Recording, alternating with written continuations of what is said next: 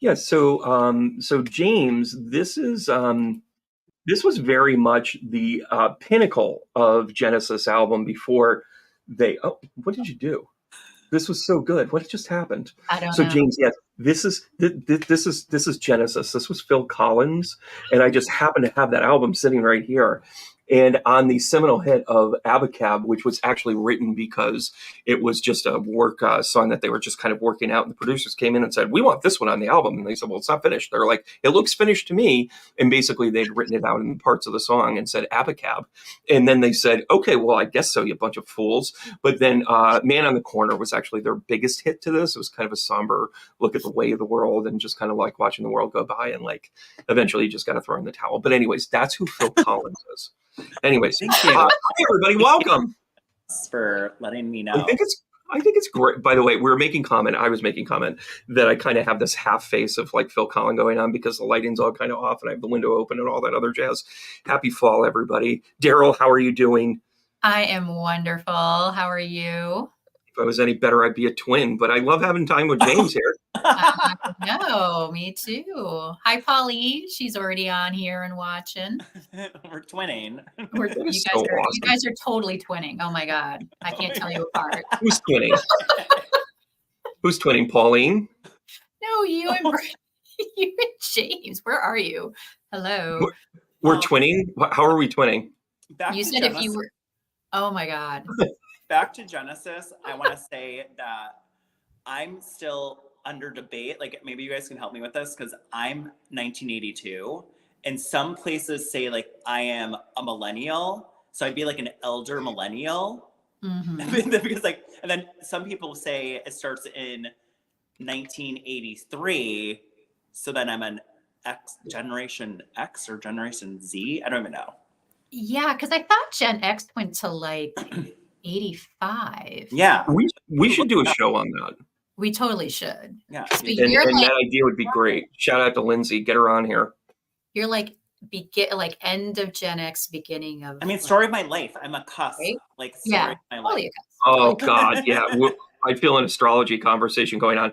By the way, Abacab was released in 1981, so there's a pretty good chance you were conceived. I'm just saying, your mom's a cool cat. She was cutting edge. Are you making fun of my mother right now? No, why would I make fun of? You don't look anything like Phil Collins. You're fine. Plus, you don't have a British accent, so. I'm sorry, James. Did you just want to talk about astrology today? I mean, I don't. Okay, yeah, we can talk about astrology. Look, squirrel. I have some questions and concerns. So backtrack this a little bit. Wouldn't it be a great name for a podcast? Look, squirrel. Mm-hmm. Yeah. I thought I'd just give that to you. Light workers of the world just went, oh yeah, that's mine. So when you see it somewhere, it's probably out there already. Was that what do you guys want to dive into? Daryl, give us some direction. I don't have any. Was that like an ADHD moment? Like, I'm not really sure where that even.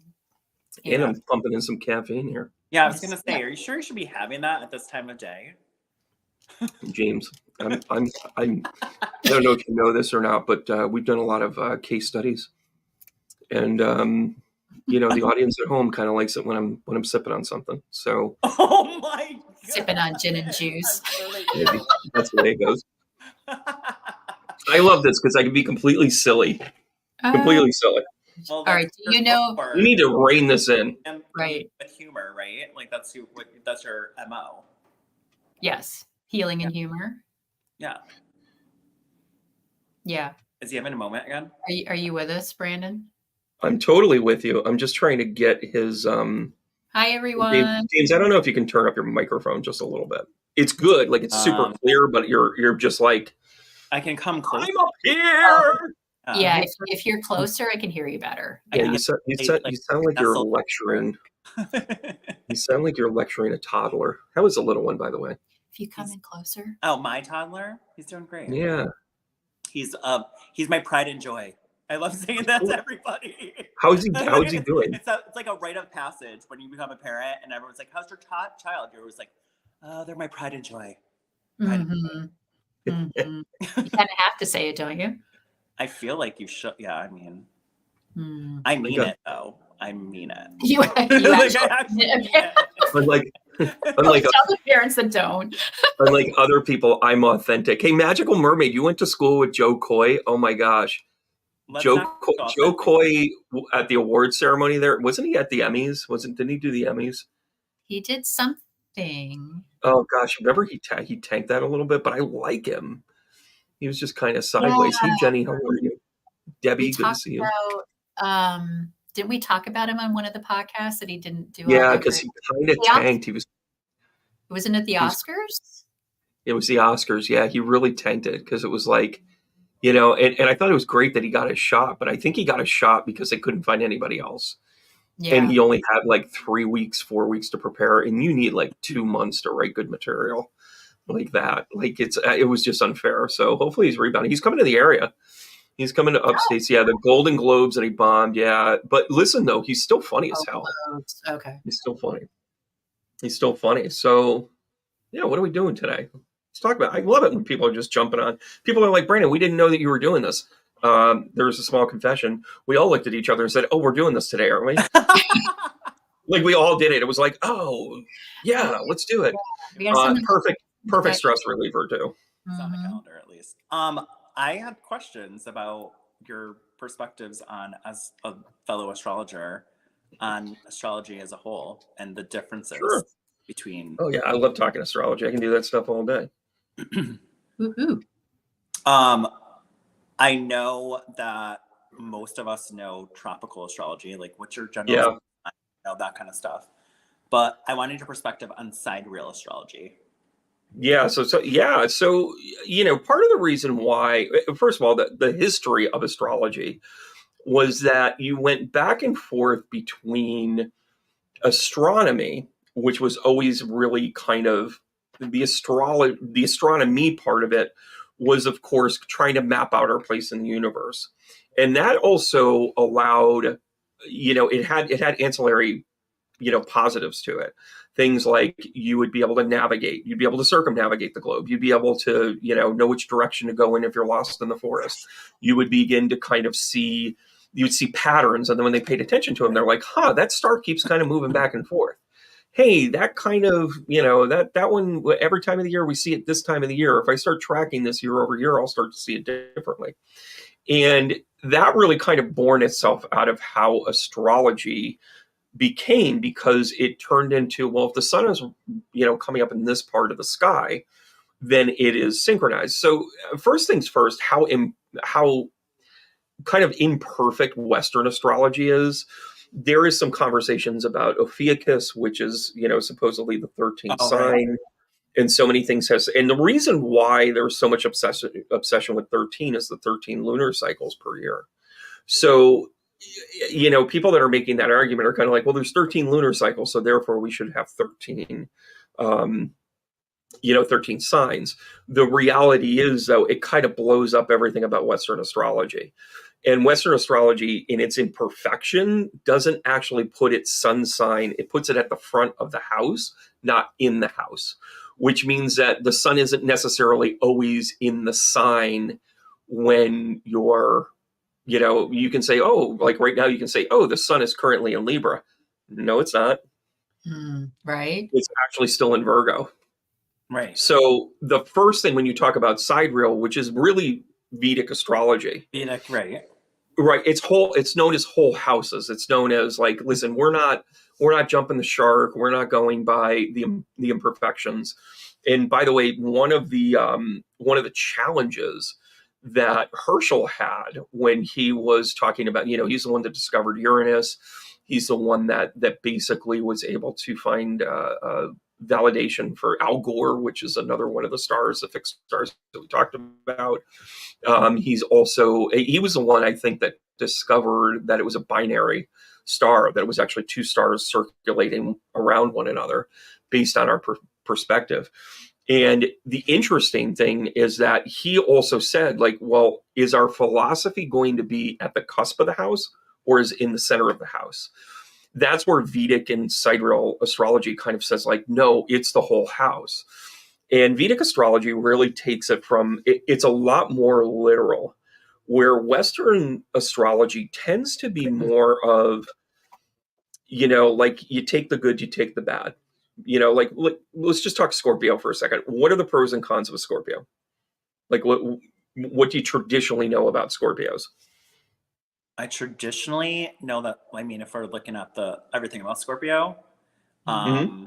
I traditionally know that most people think they're intense signs, that they're intense, that you should be like necessarily like on edge around them, because they could just be like, I know Scorpios could be like super, can I say sensual, that type Keep of it cool. energy, like that occult Keep type it. energy as well. Scorpio has Yeah. that energy, but a lot of people that don't know that Scorpios can be like the most generous, loving signs of the zodiac. Here you go. That's exactly what I'm getting at. So on one side of it, you have this intensity, which is why they rejuvenate so well, which is why they're ready to recreate, whether it comes through sexual tension or creative tension or rejuvenation. And then you also have the negative connotation as they're going to be a little sneaky. They're gonna have a little hidden dark side to them, right? Aren't they really private? Like Scorpios tend to be pretty private, Exactly. don't share a So lot about themselves. Yeah.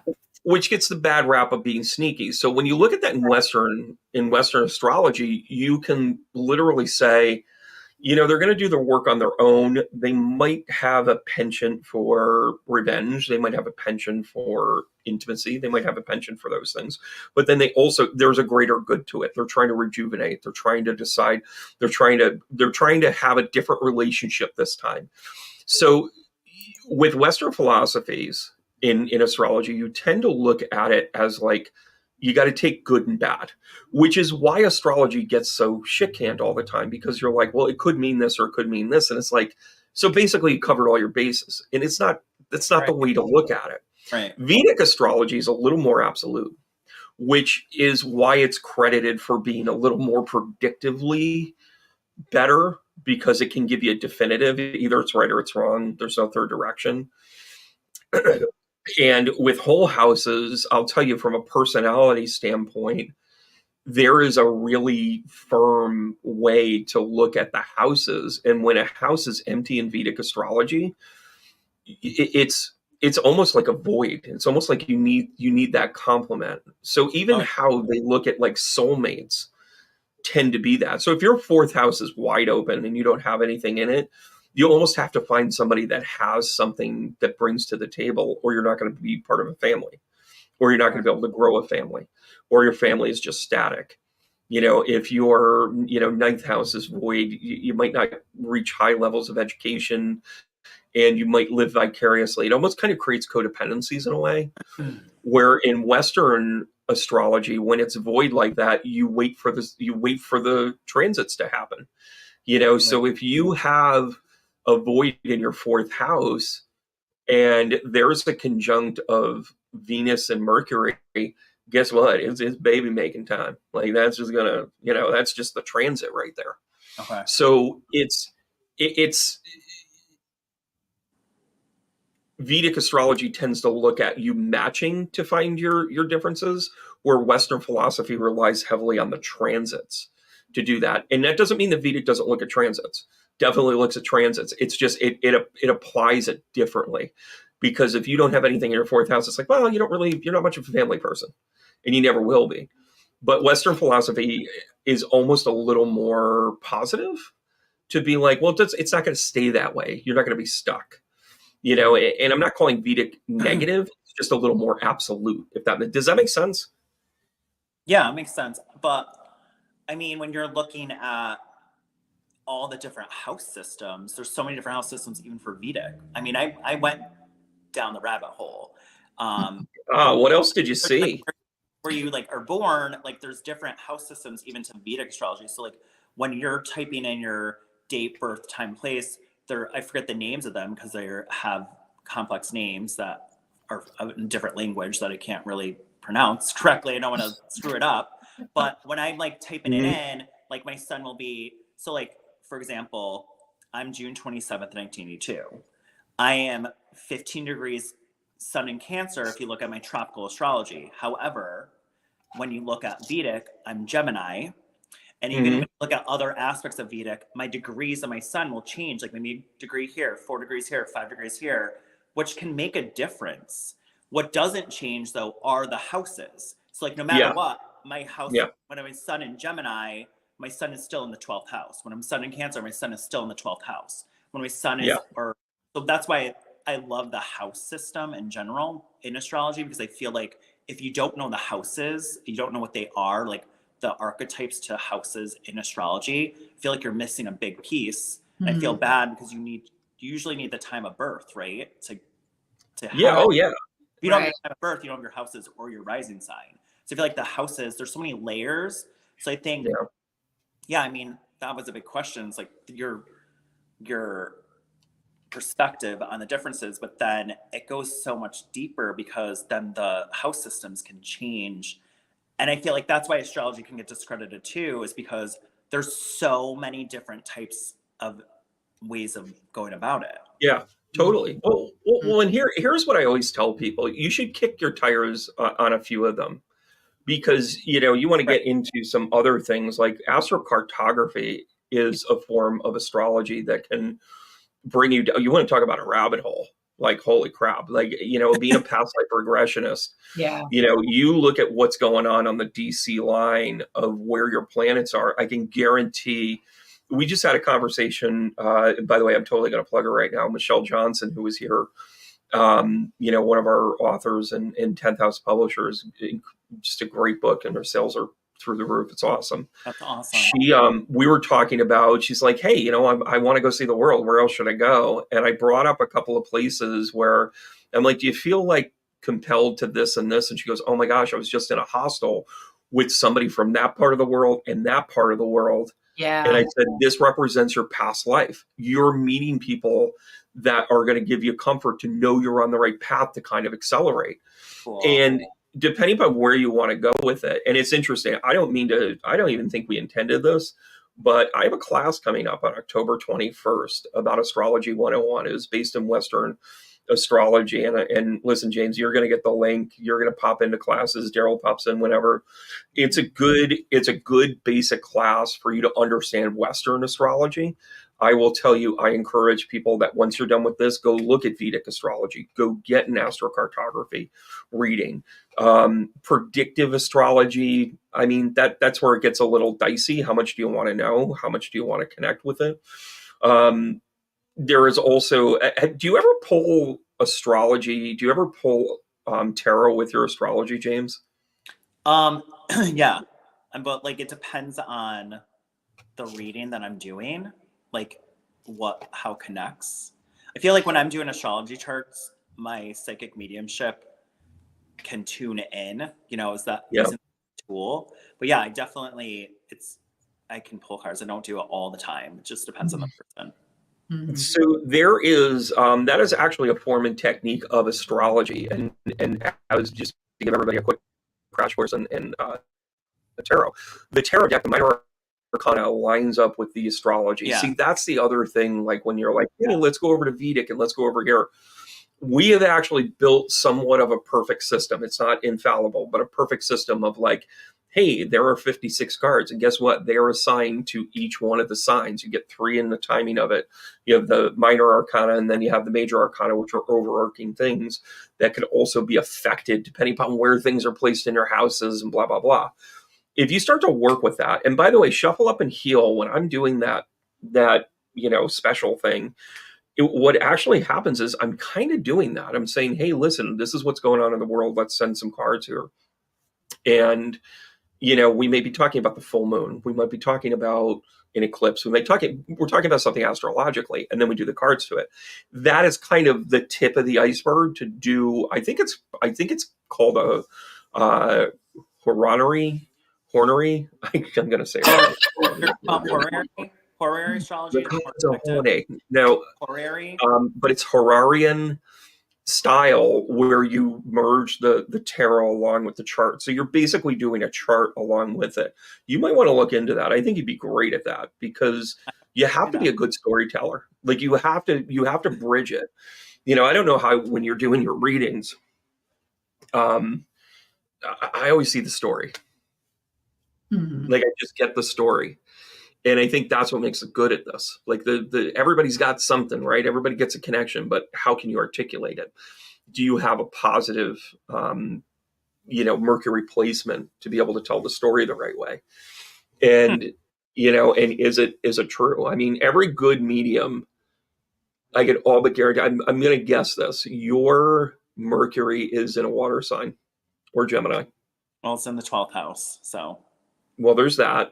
And with your rising. Gemini, yes. Mercury is in Gemini in the 12th house. How am I doing? You're doing great. My rising is, my rising's Cancer, but. Oh, okay. So you're right up against it there. Tropical astrology. Right, but listen, Mercury in the 12th house is a spiritual communicator. And then you said water sign too, rising, water. Yeah. Right. Cancer. So there it is.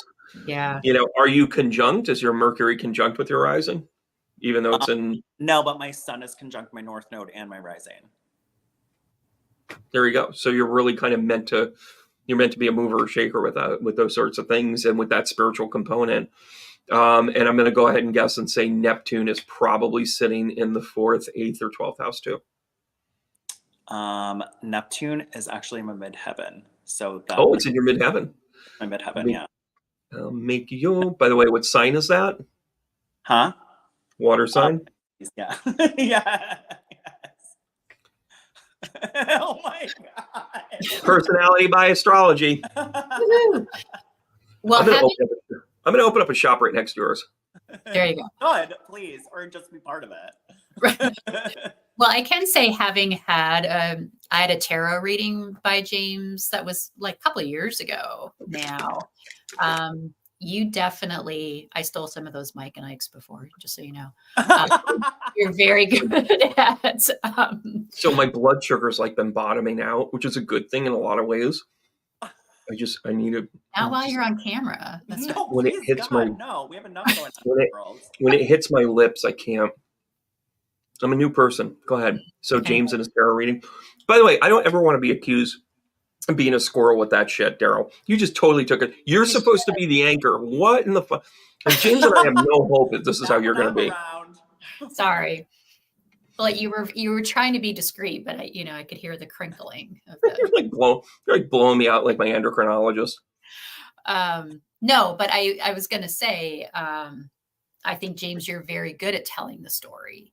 I haven't had a full-blown astrology reading from you, but I have had the tarot reading. And I think you're very good at the story and the cards and how the cards relate to what you're getting and all of that. Yeah. I mean, I think... Thank you.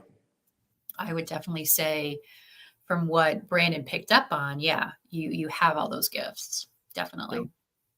Yeah. Thank you. Yeah. And I think it's also too, when you start to, and we're talking about you, James, but it's also anybody that starts to kind of like pull together their astrology. You have strengths and weaknesses as a human. Like that's just a given. And I think positive astrology, and we can get into the other types and the other variances of it. But when you have a sincere, like, understanding of who you are, one of the biggest things that people don't do is they don't take a good stock in themselves. We're moving into the age of Aquarius. There are no guardrails anymore. Like, November 10th? Yes. When Pluto it's actually on election days. I think it's and it moves back into Pluto, or Pluto moves back into Aquarius, right? Yeah. We are in the age of Aquarius, guys. Like, we are in the age of Aquarius. Not all of it's there yet, but this is when we can't allow, nonsense to get in the way. We have to do things for a greater good, but that doesn't mean we're charitable. It means you have to pull your own weight. There's going to be a new level of transparency. There's going to be a new level of connective tissue with people where it's not about what did you do for me. It's we're going to provide for you so long as we can. But when we can't anymore, tough toenails. So this is your chance to get your act together. It's kind of like the idea of, when somebody needs your help and you go and you help them. And then 3 weeks later, they're like, I need more help. And you're like, I'm kind of good. the first time you're going to help them. The second time you're going to say, no, that was kind of your one. Like, we're going to have some real natural boundaries with our energies, and we're going to have some really good boundaries with ourselves, like how we put ourselves out there. But as Pluto moves back into Aquarius, like, it just says, screw you, and expect, oh, by the way, do you want to do some predictive stuff right now? Sure. We should just go back and forth and predict things with Pluto and Aquarius. I'll go first. I'll go first with it still in Capricorn. We are going to see a major announcement, outage, or deletion of fiscal magnitude. Like, you're going to see something in the World Bank go down. You're going to see something like countries declare crypto. You're going to see a lot of these things like pan out. Yeah, that I think is a surprise. Astrologers have been predicting that for a couple of years. Like, get ready for this to come. Mm-hmm. Mm-hmm. Yeah. We actually we're going to pull the trigger. Sorry. Pauline has a good question. Does your chart change with time? Yeah. Your birth chart doesn't change, but doesn't your predictive changes, right? Well, your progressive when you're looking at progressive charts, like, your sun changes a degree every year. And then your moon sign changes every 2.5 years, just like it changes every 2.5 days. That changes every 2.5 years. All the interpersonal planets, they change, like the ones that are closest to the sun. So any planet that's closest to the sun in your birth chart will change a little quicker. But like the generational planets like Pluto, Uranus, Neptune, they won't change as often. But people will have in like their progression charts. I love pulling progression. When I do astrology readings for people, I always pull the progression chart too, because people will have like their own new moon. Like when their moon after 27, 28 years comes to the moon placement that they were when they were born, it's like an eclipse for them. Or like when their like sun like hits, the sun won't do it as often, obviously, because like I told you, Daryl, in your reading, when you were like 3 degrees, your sun is 3 degrees Libra. When you turned 27, like Jerome said, sorry. When you turned, I'm doing slideshows on my Christmas vacation, and you're like, "What the fuck? What is he doing?" I know.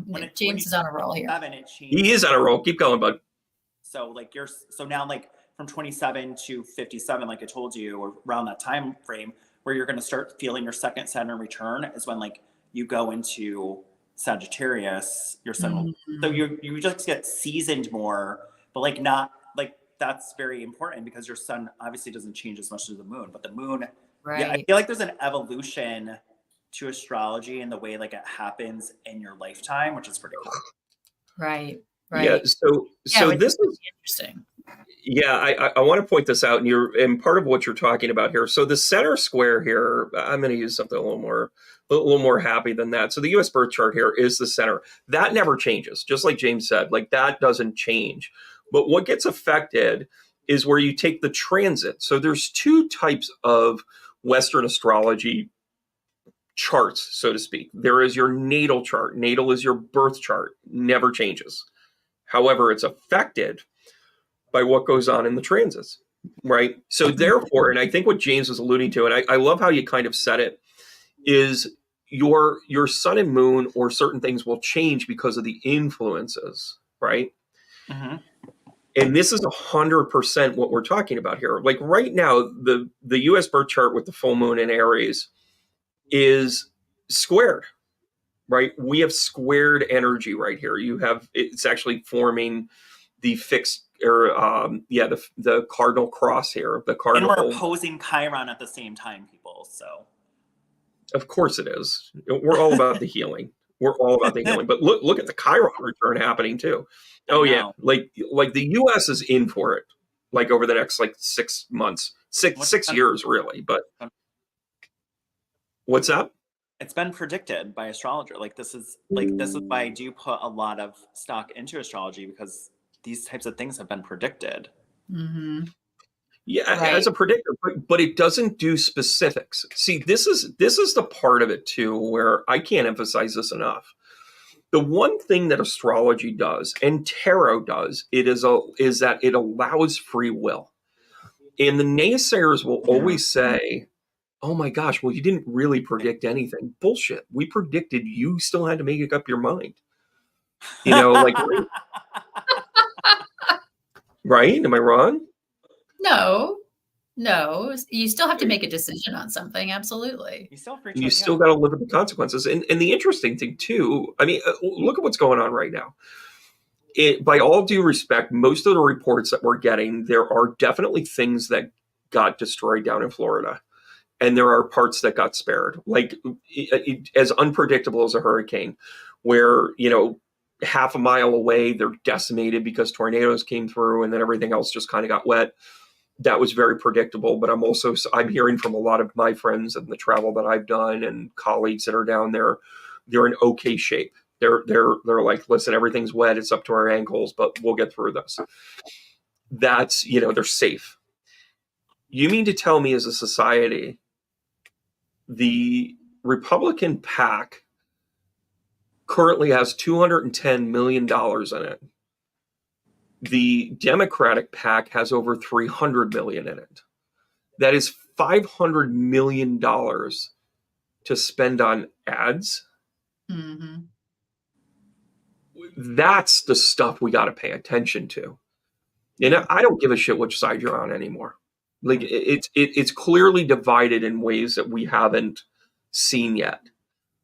And if you're looking at it the right way, you say that has a bigger priority to persuade people than to take care of them. That is literally what we're doing with that money.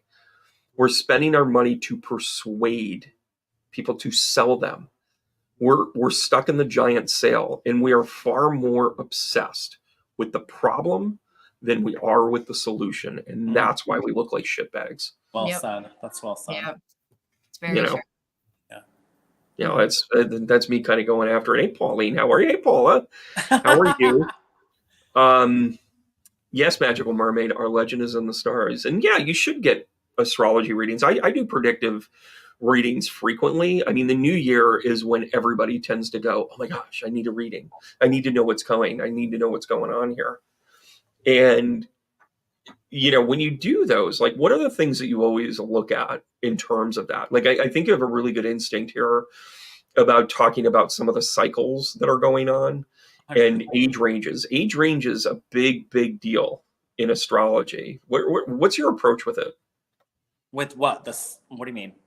Yeah, when you're doing like a predictive, when you're pulling up their natal as opposed to their transit, and you look at it, what are the types of things you always kind of hone in on? I'll tell you 3 planets I always look at. Always, always, always look at. When I'm being predictive? Yeah. Well, I mean, I definitely look at the North Node. North Node is ding, ding, ding right out of the gate. Definitely look at the North Node. I look at the 10th, 9th, 10th house cusp. I look at the midheaven there. So you pay attention to the houses then. You pay attention house-wise, not necessarily planetary. Yeah, because those are the things that I've noticed don't change when you go from astrology to astrology to astrology. Like that's the common denominator that makes the meat and potatoes of reading someone's chart, in my opinion. Like when I look at someone's chart, especially for the first time, obviously they need to learn. They need to learn what their sun, their moon, and rising, like the 3 major. But I've learned from my math, because I've done hundreds of astrology readings, and I've studied with master astrologers, and I was taught, even from an Italian astrologer, to start from the sun and look at all aspects of the sun, because those can make a huge, because the way, when you're looking at the aspects, they can make conjunctions, and even they wax and wane. The planets wax and wane, right? With the sun. So you look at what's faster, what's there's so much to it. But when I'm looking at someone's first reading, I will say I definitely zone into okay, what are there's top 3, but then something always pops out to me. Yeah, there'll always be something ooh, why is this over here? There's always something very oh, they have a cluster of planets over here. That's interesting. But I think it's important for them to see how they, that it's a blueprint of their soul, that it's a very intimate thing. There's a lot of trust and love to just do that and to open that discussion. And then I feel like it just flows into something beyond, obviously physical, what's in front of me. But yeah, for predictive, North Node, but progressions I think can be very predictive. Yeah, I can see that. I think stylistically, I think that's probably why people come to you too, because they want to kind of see that. I mean, when I always look at the I'm a big fan of the accordion method, right? The accordion method is, in everything being true, you're going to expand and contract normally. You see it in every relationship. Sometimes you're closer, sometimes you're further apart. Sometimes you're really focused at work, sometimes you're kind of detached. Like, it's the accordion theory. But with the accordion theory, it's also how you make music. And it just depends upon how you approach it. Like, sometimes when you take your foot off the gas, you can take your foot off the gas and not be, negative about it. You can coast a little bit and have it and put your energy somewhere else. That doesn't mean that it's bad. It's just, it's certain notes. And in relationships, like, oh, you drift apart and then you come back together. To me, the North Node is kind of like the compass of astrology. And then I always take a look at where Saturn is and where Jupiter is, because your Jupiter is your expansion, and then Saturn is your concreteness. In Saturn being in that 30-year, cycle, if you're 29 and a half years old and you're like, for some reason, I'm just done with I'm done drinking, I'm done going out all night, I'm done whatever. Like, you'll see that in between 28 and 31. You're like, oh, here you go. And you're like, oh, that's a sign of growing up. Well, the reality is your Saturn is saying, what are we doing here? Like, what are we doing here? Because Jupiter, right? What's that? We just had this conversation, James, the other day. Yeah. I'm totally done with this. Yeah. Yeah, right. Like, and again, you're going to expand again. You expand in the 12-year cycle of Jupiter. At 12 is when you're like, I'm going to be a doctor and a paramedic and a paratrooper, and and I'm going to be a vet, and I'm going to, and then for the next 12 years, you either accomplish it or you defeat it. And then you figure out which direction you're going to go in. At 24, you go, oh my God, this is where I think I can do okay in, right? I'm kind of learning how to be an adult. And then that's why, like, when I hear all of these people say, oh my God, my kid's 23 years old and they still live at home. And I'm like, okay. The fact that we got out of Dodge when we were 20 or 21, like, that was an anomaly. We weren't cooked yet, man. We hadn't fully, we were par baked, and we went out into the world. To see a kid say, 23, 24, 25 to get out there, it's kind of astrologically is very normal. And then by 30, though, your ramp up time becomes like, grow the fuck up, right? Get yourself a family. 36 is when you start to make that mark in your, regarded profession. You've got weight behind you. You've got experience behind you. By 48, you're putting yourself together in the, in the mark of your ability. And then by 60, you're talking legacy, because you've got your Saturn conjunct, your second Saturn return, and then you have your fifth Jupiter return. And those two things together at 60 is where you start to say, like, this is where I'm doing this. This is where I'm going to let go. And it's funny, even in the writing community, I saw how many people were in their late 50s, early 60s, writing a book about their experiences, saying, I wanted to get this down. I wanted to make sure the world knew this. That's cool. So I always pay attention to that too. But I totally agree with you. Like, you gotta, and the North Node thing is like, are you doing it right? Right. Right. Have you ever sat with somebody and they're just like, yeah, I'm thinking about it. And they're always thinking about it and they never do it. Right? There's always a little bit of that.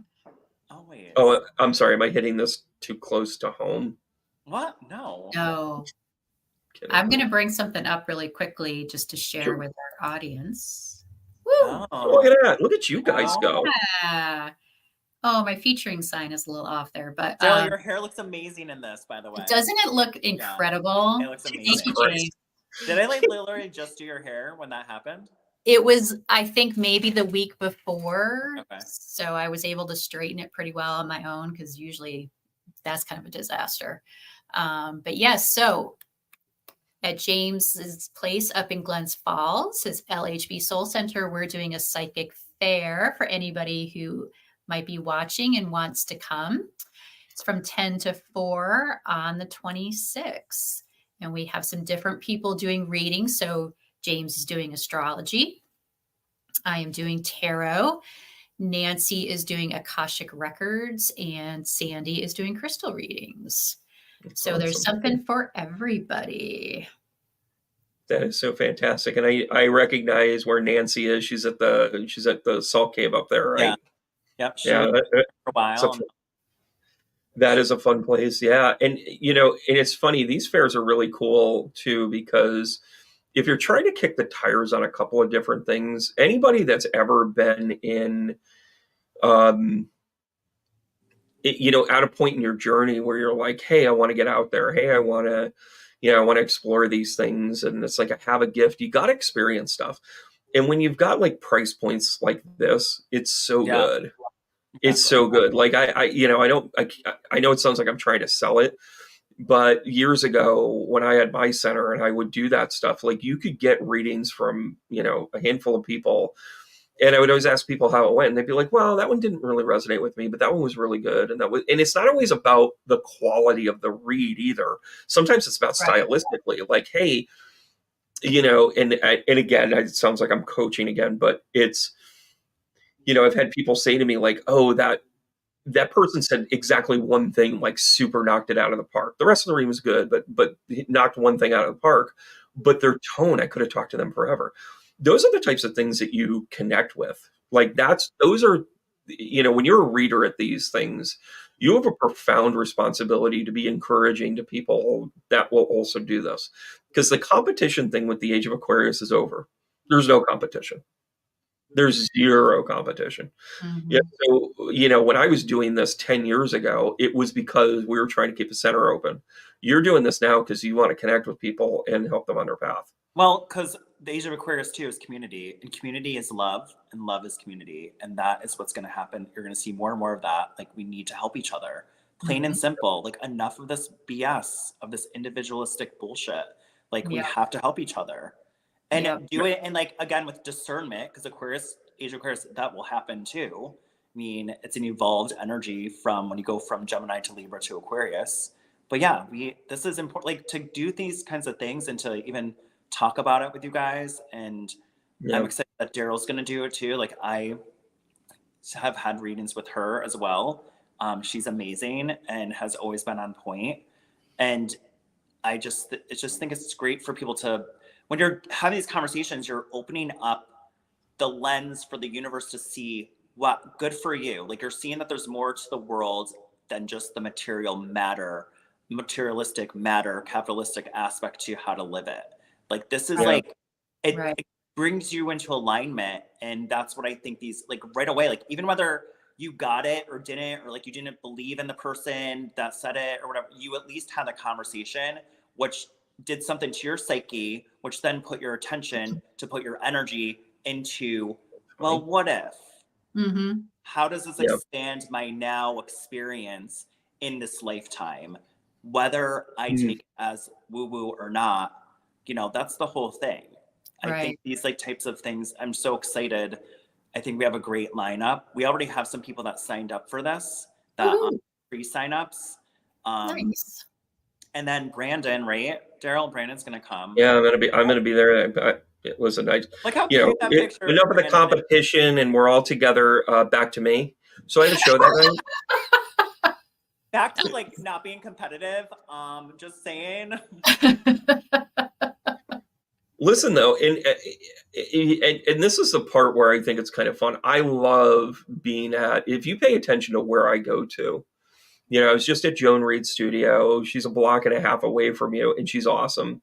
She's a big fan of yours too. You guys met a long time ago. Who? There's don't say who in the middle of that. Oh, we got the names wrong. Joan, all right, fine. But Joan she's gonna know you. She knows the other James Joseph. There's the other James Joseph. Oh my gosh, how many James Josephs are in? There's actually two in the area that both have psychic mediumship gifts, but he does it differently. Isn't it funny? I watched his live this morning. He was talking about transition and that sort of thing. He puts on some good product stuff too. And but again, it's it's one of these things where it's like I love going to these community spaces. Like when I go down to Bainbridge and I see Seven Stones. I'm going to be down there in a couple of weeks. I'm going to Oneana. I'm going to be at the American Legion. I'm going to be down in, oh my gosh, in the middle of nowhere, but They have this spooktacular thing, which is just really cool. It's a community event. Like, that's how I want to spend my time now. I'm also doing a fundraiser out in Gloversville at the Glove. Those of you that are in upstate New York, you've got to look that up. Go to the Glove website. It's the only place that you can do it. If you can't make the show, please donate. They are keeping their community theater alive. These are the things where it's like, this is the part where it's worth our salt. It's worth our effort. It's worth our things to say, hey, that's really cool. And James, you opening up your space and saying, hey, here's 3 readers. This is our space. This is how I want it to look. You're going to do this so many more times. And you're going to have people knock on your door, and you're going to have, you're going to need a process to say, this is what's going to work. But I'll tell you, though, this is going to be, you take flyers on people. Like the 3 other people are proven, like they're known quantities. Sandy's got this in the bag. Daryl's been doing it for a time. Nancy's a consummate professional. You've got an all-star cast, but you're also going to let this open up to some people that are just stepping in. And when you start to let them feel that, and some people are going to fall on their face, it happens. Yeah. But at least then they know. Then they're like, oh, okay, maybe this healing's for me. Maybe I'm not supposed to connect. Maybe I don't have a good Mercury placement for me to be able to tell the story. Right? I mean, that's just, how else are you going to know it, Right. Cray, I'm excited. Yeah, it's going to be fun. It'll be fun. And then Brandon's coming at 6 to do the gallery reading. Yeah, 6:30. 6:30. Okay. I keep saying 6 to people. Yeah. Oh, that's fine. I mean, people are buying tickets already, right? So people. Yeah. And listen, don't wait till the last minute, because that one in particular is going to be limited. Because that is, we've only got so much space, right? So jump on that one. People wait till the last minute. They want to see what's going on, and I get it. It's a beautiful time of the year. You're out there, and then, we'll have a couple of tickets there. What do we do? Are you taking us to the bathroom? Don't do that. No, I want to go in his space. Oh yeah, look great. It's a beautiful space. They'll be all set up. There'll be like too many. Oh, look at that. Where am I going to sit, in front of the mirror? I don't know. You know what I should do? All right, totally off the rails. Thank you for letting me be off the rails here. It's fun. It's a fun time. No, so I think I should bring each person up. And have them sit in the chair while I read them. Oh, I like that idea. I'm like so and then for you. It's fun. It's because we'll have a great time. Like, I'm a little, I'm gonna say envy is the right word. I'm more than intrigued because I've been to maybe one, but like to know that you do everybody in the room, like you go around to every person. Is that true? And like, I think that's interesting because not every, like when people do, I've been to one where, they just like pick out who like they tune into, but I'm very like, I think it's so cool because I don't ever want to, and never say never, but I never really wanted to like start talking to people who have passed, but it does come through in certain, I'm sure Daryl's experienced it in certain tarot readings, astrology readings, but like you're like literally asking to do it. Like, you know what I mean? Like for me, I'm just like, I'm starting to choke a little bit. I feel like my dad, I'm like, okay, well, he's here. Like, you know what I mean? Like, whereas, so you get a lot of clairsentience. Hey guys, I'm here. Like, talk with me. Like, I don't know about that.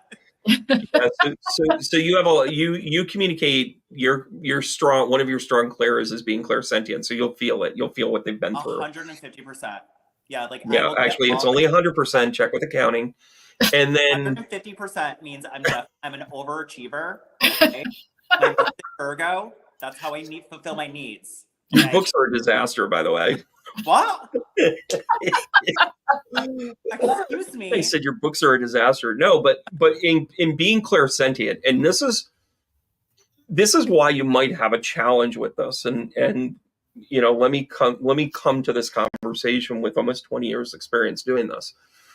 If you are going to get clairsentient stuff, you're going to take a personal physical toll differently than if you're seeing it clairvoyantly or you're getting it claircognizantly. Well, I get claircognizant Yeah, claircognizance is when you, and those of you that don't know, that's when you just You know just it. know. You'll look at the person Yeah. and you're like, your grandmother's name is Joan, or whatever. And then you just say it, and then they're like, yeah, how'd you know that? You're like, I don't know. Like literally Yeah. 90% of what we know, especially in the claircognizant lane, we're genuinely kind of going like, I don't know, but I feel like I need to say this, or I'm going to say this with some definition. The ability to get to everybody, I will tell you, in the last year, it's gotten tougher. Like it's just one of those things. I don't know if it's, I'm losing tread on the tire. I don't know if it's, I went through some of this, some of the physical stuff and whatever. And there are most days where I'm still on point, but it's when I get to the last 4 or 5, I'm kind of like, I'm a little tired, but here's your grandmother. And Huh. I take a lot of pride in that. In 2019, when I was filming the television show, the pilot, which was the big thing, it got accepted by Viacom, which was TLC, and it was, talk of me replacing a certain blonde from Long Island and all this other stuff. All that contract stuff was getting worked out, but I had to do they had to see I could do it. I had 111 people. There were actually 120, but I read 111 people in 3 hours. That's insane. It was insane. Yeah. And even the producers said to me, they're like, can you do that again? And everybody was like, what are you friggin' nuts? Like, what are you nuts? I did a speed round because I'm like, I was getting known for coming to everybody. And if I had less than 30 people, everybody was going to get read. If it was 50 people or more, I was kind of like, listen, I'm going to come to your group. I'm going to come to your whatever. But everybody got something. And one of the other things too is that, okay, James, I come to you, but I start talking about something that your grandmother does. And that resonates with Daryl too, across the room. Okay. So there are also other ways to connect, all of that. It's good. And then it goes back to that storytelling thing. You're on point for the 2+ hours, James. Like you just are.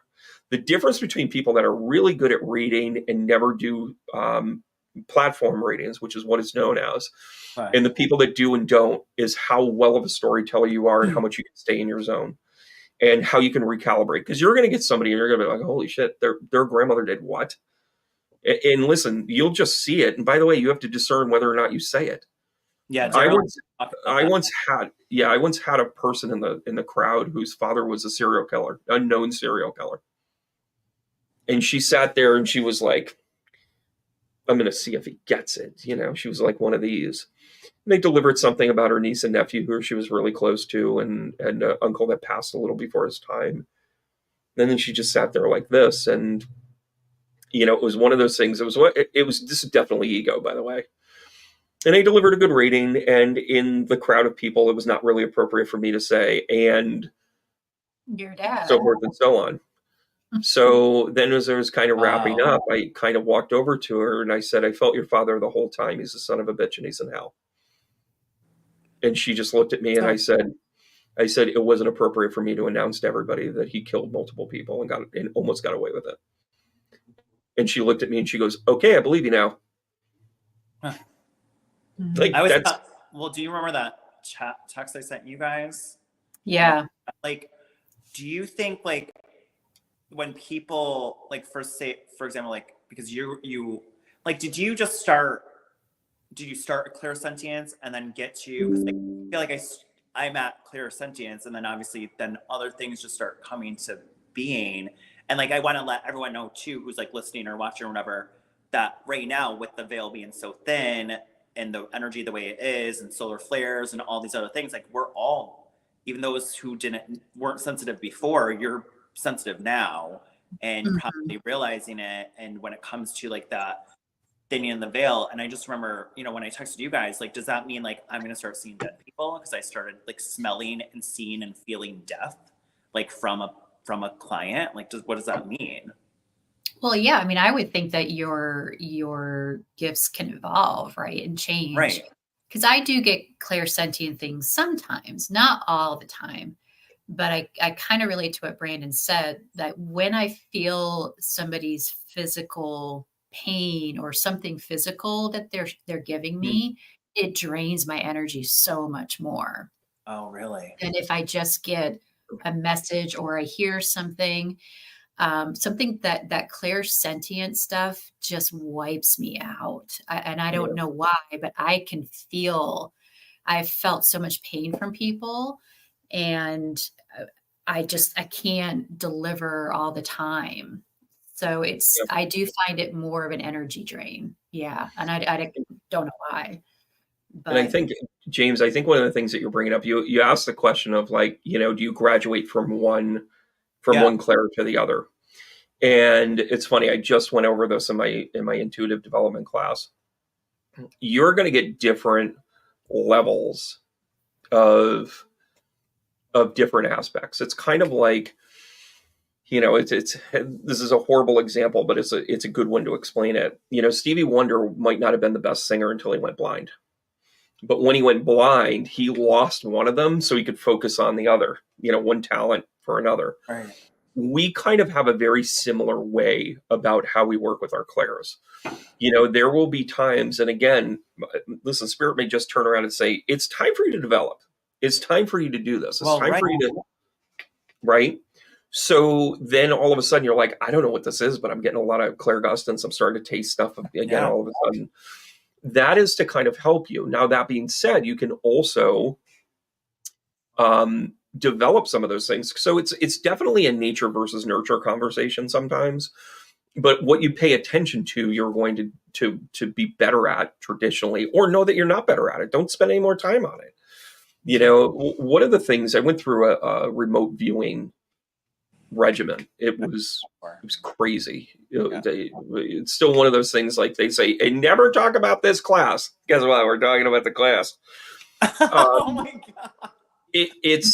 It was one of those things that when they wanted to see if you weren't good at it, they didn't want to waste their time. And one of the things that somebody said to me is, they don't let you tank it either. And I'm like, huh. Because if you come to me and you're like, read me, and I'm like, no, I don't want to. Like, you can do that. But they don't let you do that in this course because they want to get you to the point of challenge. They want to get you to the point of reward. And one of the things that I noticed too, I kept getting things of proximity. I wasn't good at saying, I couldn't do the Edgar Casey thing. Edgar Casey was famous of saying, you're going to go to this town, you're going to go to that shop, you're going to go to the fourth row of things, you're going to look at the top shelf, in the back, there's a blue bottle, drink that standing there. Like he blew you away. Mine is more of, there's a pharmacy, there's a mailbox, and then there's a saloon. It's shaped like this. These two are closer to this one. This one's a little in front, and there you go. So I kept getting proximities. And they said, okay, so that can be really helpful, but it's perspective driven. So it's almost like we got to drop you there in order for you to see it. So then you can say, yeah, this is what I saw. I couldn't just say there was a lamppost, a saloon, and whatever. So that I developed off of that to be able to ask the next question. And so what? It's kind of like being a writer.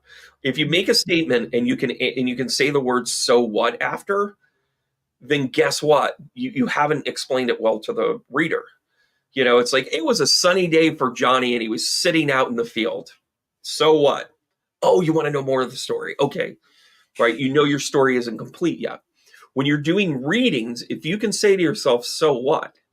Now, here's the validation link. If you say to somebody, I'm getting a picnic basket with a traditional red and white. I'm totally getting this right now. Why am I getting this? Who took you on picnics? Me? Yeah, you. I don't know. You're going into some area that I probably blocked out, to be honest. What was the picnic thing? Who made lunches? Who's a lunch lady? Lunch lady. I don't know. Down in Lunch Lady Land. This will be one of those things like you'll think about it later. I don't know if it's wicker. I don't know if it's linens. Oh, who worked in linens? What did your grandmother do for a living? She sewed? So She's a seamstress? I didn't know my grandmothers, to be honest. Oh. Yeah. My one grandmother passed when I was like 2 or 3. Then my other grandmother I didn't meet because she was estranged until I was like 16. Mm. Who's Elegance? Oh wow, that's really good. I yeah. Is this the one that was estranged or the Oh one wait, that are you talking? really? Oh my gosh, are you talking about Evelyn? Evelyn. Oh, Who's Evelyn to you? My Aunt Evie, my great Aunt Evie. I was raised by like my great aunts and my grandfather. Yeah, and by the way, why would she bring up a picnic basket today? Yeah, have like so my clairsentience is spiking right now. So my whole spine is like on electric. Okay, So I'm electrical right now. Okay. quit overthinking it. Your Aunt Evelyn, who, for lack of better terms, was your grandmother, raised you in Yeah, that I mean, respect. she did for the most part, and then we ended up becoming estranged because of some stupid extended family fight that we were unfortunately brought into, like the kids were. wow. So I'm going to say this to you. She was showing me. Here's the point of Well, I'm symbolism. getting dizzy right now, so okay, continue. I think she was trying to show me the picnic because she was trying to bring me to aunts. Okay. In other words, she was your aunt. Great aunt. Yeah. And then she's also talking about what is the S? What's the S to her? Big S. What's her last name? Well, she might be talking about a Sarvi, but that's like that's a whole other family tree. Who is that to you, though? An S. Oh, Wrong. yeah. So two things with this. And she's in May. Who's in May? My Aunt Mariel, I think, passed in May. And she's talking about her, and she's basically trying to say she's with me too. I don't care if it was the other side of the family, all that other stuff. She was. And then she stayed true. I still get choked what's up. that? Oh, you get. Oh. I still get choked up about my Aunt Mariel. Yeah, and she does one of these. She's like, right here. Hits you right here, doesn't it, kid? She understood your gift, right? Yeah, she was very religious. She's like, it hits you right here. Mm. She says, Brandon's such a nice boy. Anyways. Stop making it about you, Brandon. You have another. I'm kidding. No, but I have to tell you, I think that they kind of also saw your husband before you saw your husband. I think that they saw your progression as a parent and everything else. And I'm not going to out you right here, and we'll talk about it after, but they're very excited about where you're going with this. Mm. Like you and your husband just talked about this. For the second baby? Yep. Mm-hmm. I wasn't going to out you. You can out you. They're very excited about this. And by the way, quit picking names out, Angela. Who's the Angela Angelique? What is this? I don't know. I don't know who that is. Well, you're gonna see it when it unfolds. But I'll tell you though, they're so psyched about that. They're just like, they're sitting back, they're eating popcorn, they're laughing their full heads off. Oh. Did your aunt not wear a bra? What is this? I don't, probably. Like, would she wear like a muumuu? Like, and I'm just trying to. Yes. Yeah. You understand why I'm kind of getting the loosey goosey form here, right? Like, she's comfy. Like, it's not. It is not a sexual thing at all. It's more of a. No, it's more of a. She's just ultra comfortable. Yeah, we had a couple. We would call them like the crazy ants, like like they share an eyeball. Well, they were like practically twin sisters. Yeah, like they share an eyeball. Yeah. And what's the deal with Hollywood hairdressing? Did they used to go to an old hairdresser and everybody would sit under the bin? Probably. I mean, that's. Did she have a beehive? Is that kind of what she's going towards? Probably. I mean, I don't know. Hmm. There's a picture. Wow, that's a lot. I have a picture of all 5 of them.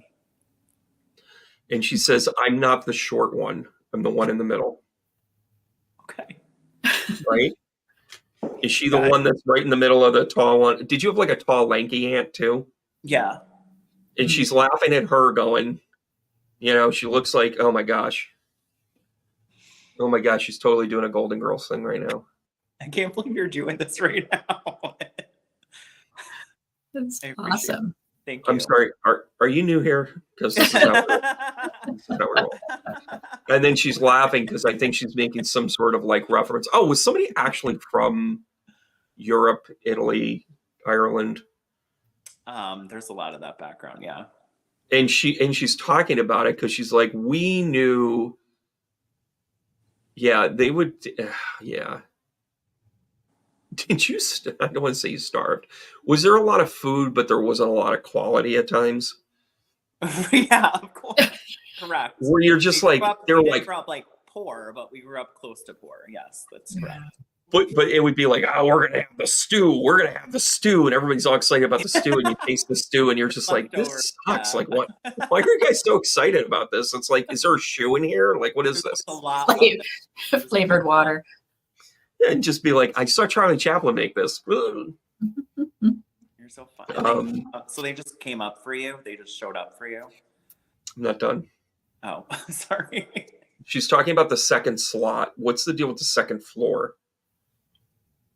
In my house? I don't know where this is. I don't know if this is. You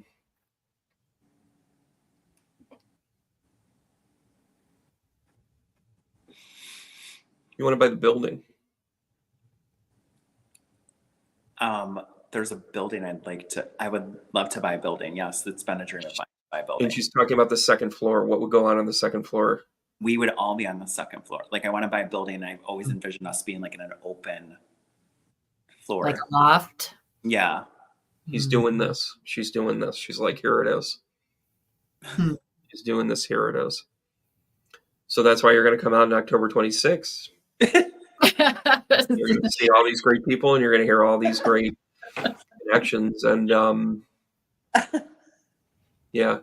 So the smell, it was half burning, but it's almost like you smelled roses instead of the smudge.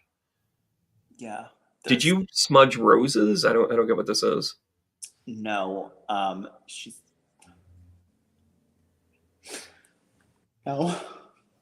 She's probably talking about a fragrance, maybe. Because for the second child, there's the name of, I'm assuming daughter, well, who knows, but is Charlie, and it's a fragrance that my grandmother Charlie, yes. wear, and I think that's why that's coming up, maybe. Yeah. So you're gonna go Charlotte, but call her Charlie? No, I'm gonna go Charlie. You're just gonna be like fuck old school, Blair, and here we go. Oh, you gotta go Charlie. That's a great name. I love that. So it's and what's the 28th? What's the 28th? Of what, this month? Have you already spoken to a surrogate? I'm exposing you, and I'm sorry. You can shut me down anytime you want. No, we did, but unfortunately, we found out that she's pregnant, and it's not going with her timeline. But we have she's saying the 28th, and she's showing it to me as a Monday. So you put feelers out again. The 28th is a Monday of October. So yeah, we're actually going to start talking to. We have 2 more people that we're going to. The 28th looks really good. Okay. I wouldn't have just pulled that out of nowhere. It's my mom's birthday. Oh my gosh. Oh, look at that. Now you got to name it Glennis. Oh. Glennis is playing a hand in this. I love her. So I'll go. Oh my God, your mother's going to be a surrogate? Will be her name. My mom's going to carry the baby. That would be something. I don't know what you kids got me into, but I look great pregnant. I can hear it now. I know, right? I can hear it now. 83 looks good on you, Big G. Yeah. Oh my gosh. So I'm sorry to go down that path, but everything. Everything what? What? You cut out. Yeah, you cut out. What'd you say? I said I'm sorry to give you that reading right there, but everything aligned that way. I've been getting. I can't make this way. You can't make this stuff up because this is you're the second person today that basically was saying don't lose hope and like to stay faithful. Because my aunts, we all have our stories, right, and our backgrounds, but they were faithful to the bone. Like, you didn't want to mess with their faith because they would come after you. They would come after you. They were religiously faithful. They come after you with a Maloik. They would come after you. Yeah, they were faithful to the very bone. That's awesome. I think you're seeing. I also think that you're seeing a very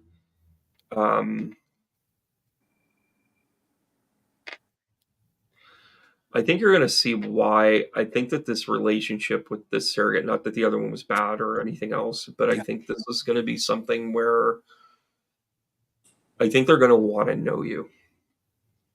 And I think they're going to want to say, like, I want to be everything about this. And I know what my role is, but I also think this is really cool. And I think that there's a hand in the conversation for them. And it's not inappropriate. Let me say it that way. Yeah, of And course. then it's also very, I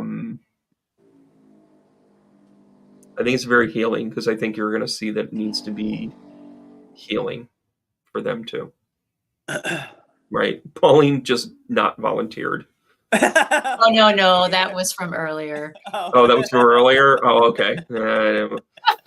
That would have been funny. As in, like, and call now 1-800-surrogate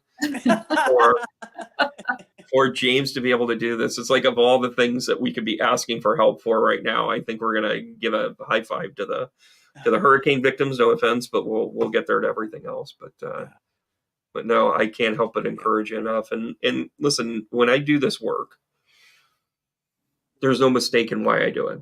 You're going to see on the 26th why I'm there. I don't know why. I just trust that I'm supposed to be there. The night before, I'm at the Glove across the state. The day after, the day, like, I've got all these things to connect with as we go. When I show up, there's purpose, right? When you are getting yourself to a point where you're getting all your foundation in place, so you can only act in purpose. Like, you got all the tools, James. You got all of them.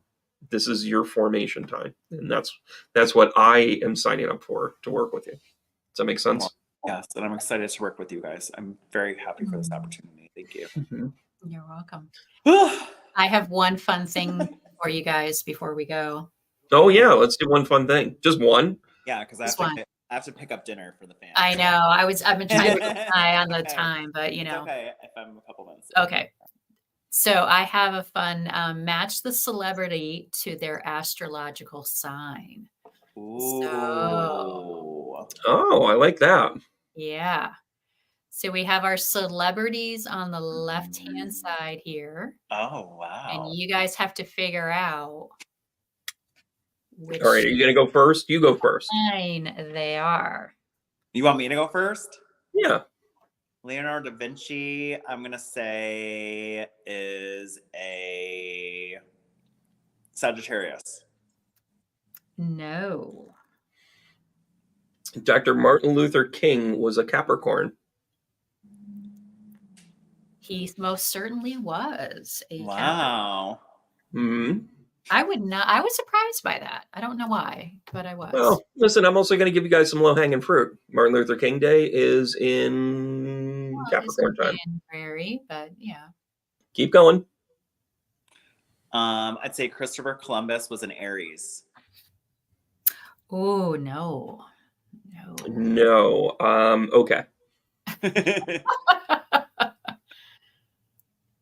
Mahatma Gandhi is a Libra. Yes. Yeah. You already knew these. No. I'm kidding. I'm totally kidding. No. But Gandhi is also celebrated. His day of celebration is in October, so that was kind of a lucky guess. Kind of makes sense. Barack Obama, Virgo. Mm-mm. What was he? No, I'm not going to tell you. You got to guess. Now, James. Not the way it works. We're starting to see how we're going to do this. I'm going to say Abraham Lincoln is an Aquarius. Yes. Okay, you're way better at this than I am.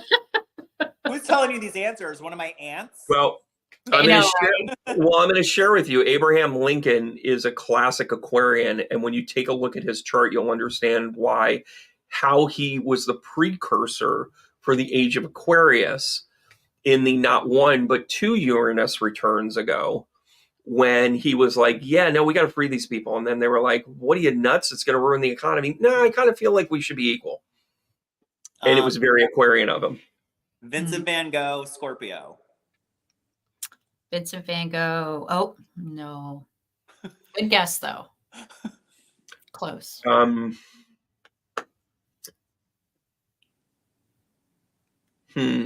gonna go with Winston Churchill was a Leo. I lost him on my list. Where'd he go? No. So I'm not wrong. He is- Okay. He's not a he is not a Leo. Lady Diana, Cancer. Correct. Yep. It's awesome. Correct. See, now you're tapping into it, right? I think Michael Jackson is your Virgo. Oh. Yes. Yep. So is Beyonce. Boop, boop. Ooh, there you go. Listen, I'd be a little careful how you celebrate Beyonce until this whole Diddy thing goes Okay, goes blown over. So is Keanu Reeves. I love Virgos, so like I make sure. Okay. You know your Virgos. Not apparently not. Like who's left? Leonardo da Vinci, George Oh, wait, Washington, Who Barack didn't we guess yet? Who didn't we try to guess yet? JFK, Barack Obama, George Washington.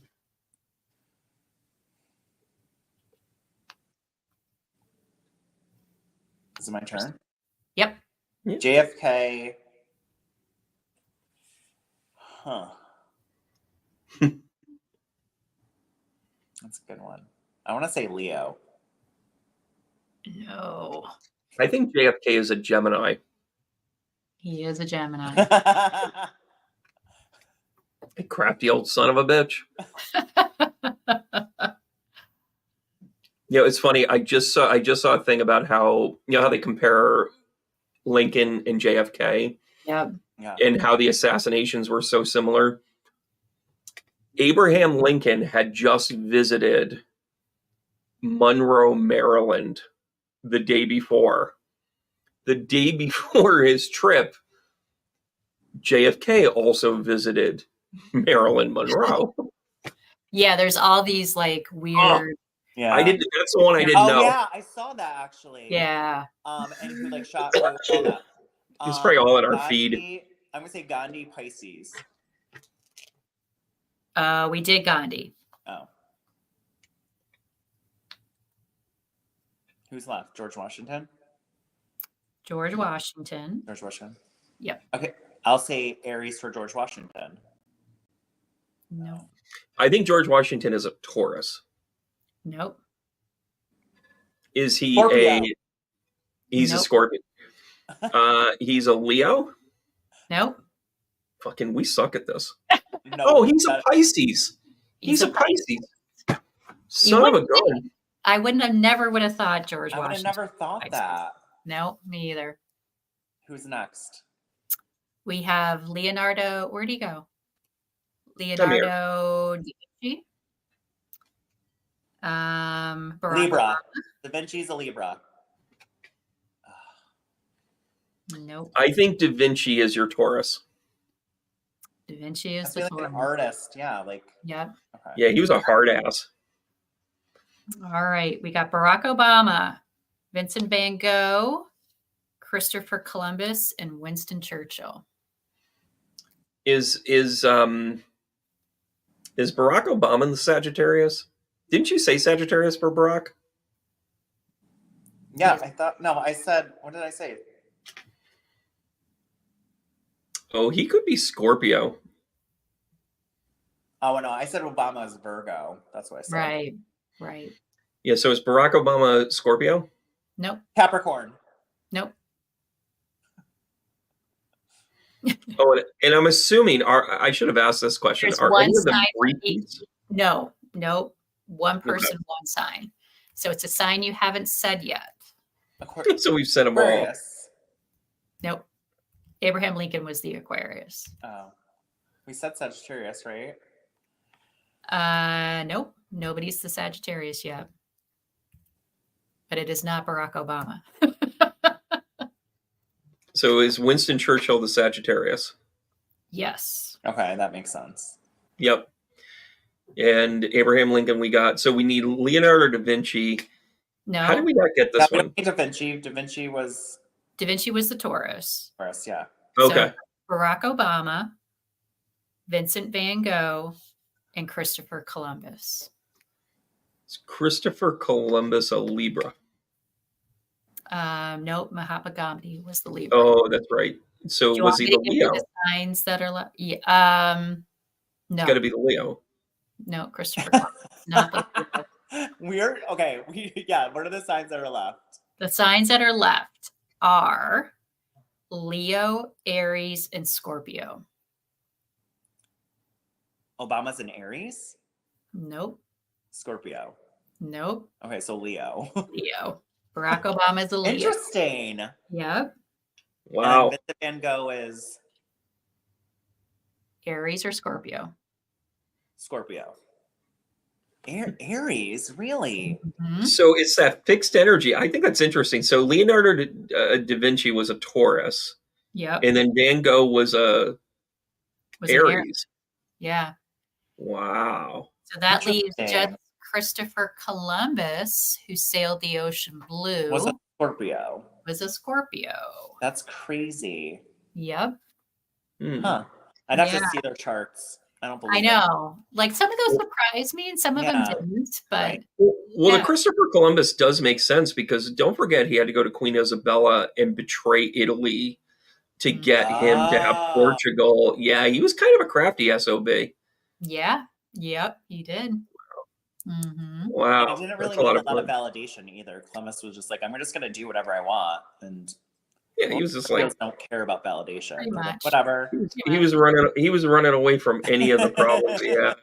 I'm going to go discover a world and do my thing. Right. Be right back. Which, by the way, has a lot to do. And when you think about it, this is interesting. This is why we did this today. With Christopher Columbus being a Scorpio and the United States having Scorpio in its election cycle, Oh. along with all of our, I don't know, just put that together. Yeah. All right, guys. Pauline, I love your commentary. We're gonna Yes, sir. name every single sign. We love Pauline. Pauline, we'll see you on Pauline. Tuesday at class. But all right, guys. Daryl, take us home. All right, guys. Thank you so much. Don't forget 1026 is the date up at LHB Soul Center for some fun readings. Brandon will be there later. And I want to thank everybody for joining us. And thank you, James and Brandon. This has been fun. Always fun. Bye. All right. Always fun. All right, guys. Thanks so much. See you soon. Tart Taps.